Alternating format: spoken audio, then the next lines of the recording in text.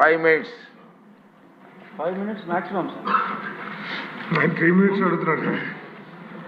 Governor గారి తీర్మానానికి మద్దతుగా మాట్లాడటానికి అవకాశం ఇచ్చిన గౌరవనీయులు స్పీకర్ గారికి నమస్కరిస్తూ, చాలా స్పష్టంగా ఉన్నది ఉన్నట్టుగా గవర్నర్ గారి ప్రసంగం ఆద్యంతం చక్కగా సాగింది.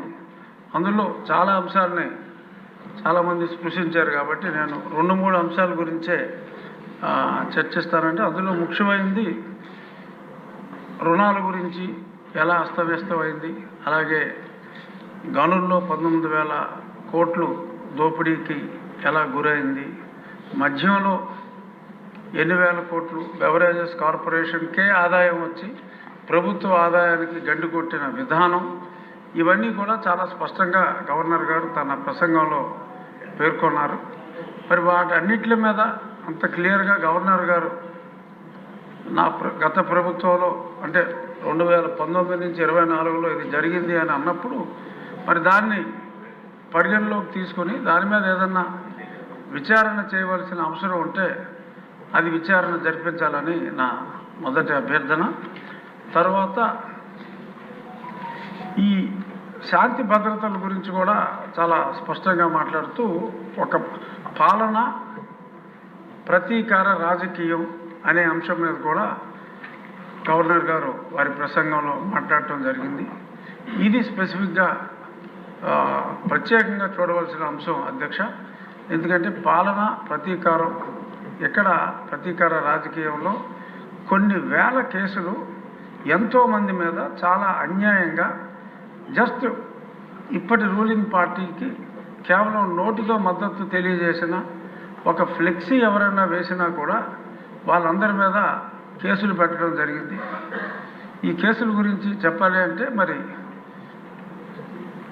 నా మీదే ఒక 14, మరి చెప్పచ్చో లేదో తెలియదు కానీ మరి అన్యాయంగా పెద్దలు శాసనసభాపతి గారి మీద ఒక 16, 18 అలా ఎంతోమంది మీద, మరి లోకేష్ గారి మీద ఆయన యోగాలు అని వెళ్తూ ఉంటే ఇలా రకరకాలుగా కొన్ని వేల కేసులు అన్యాయంగా బడాయించడం జరిగింది.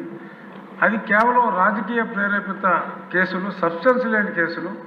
మరి అటువంటి సబ్స్టెన్స్ లేని ఎన్నో వేల కేసుల్లో మరి ఈరోజు ఒక దుష్ట పాలనని అంతమొందించడానికి, మంచి పాలన రావడానికి ఒక ట్వీట్ చేసినా కూడా కేసులు పెట్టినవి ఎన్నో వేలల్లో ఉన్నాయి. కాబట్టి వాటిని మళ్ళీ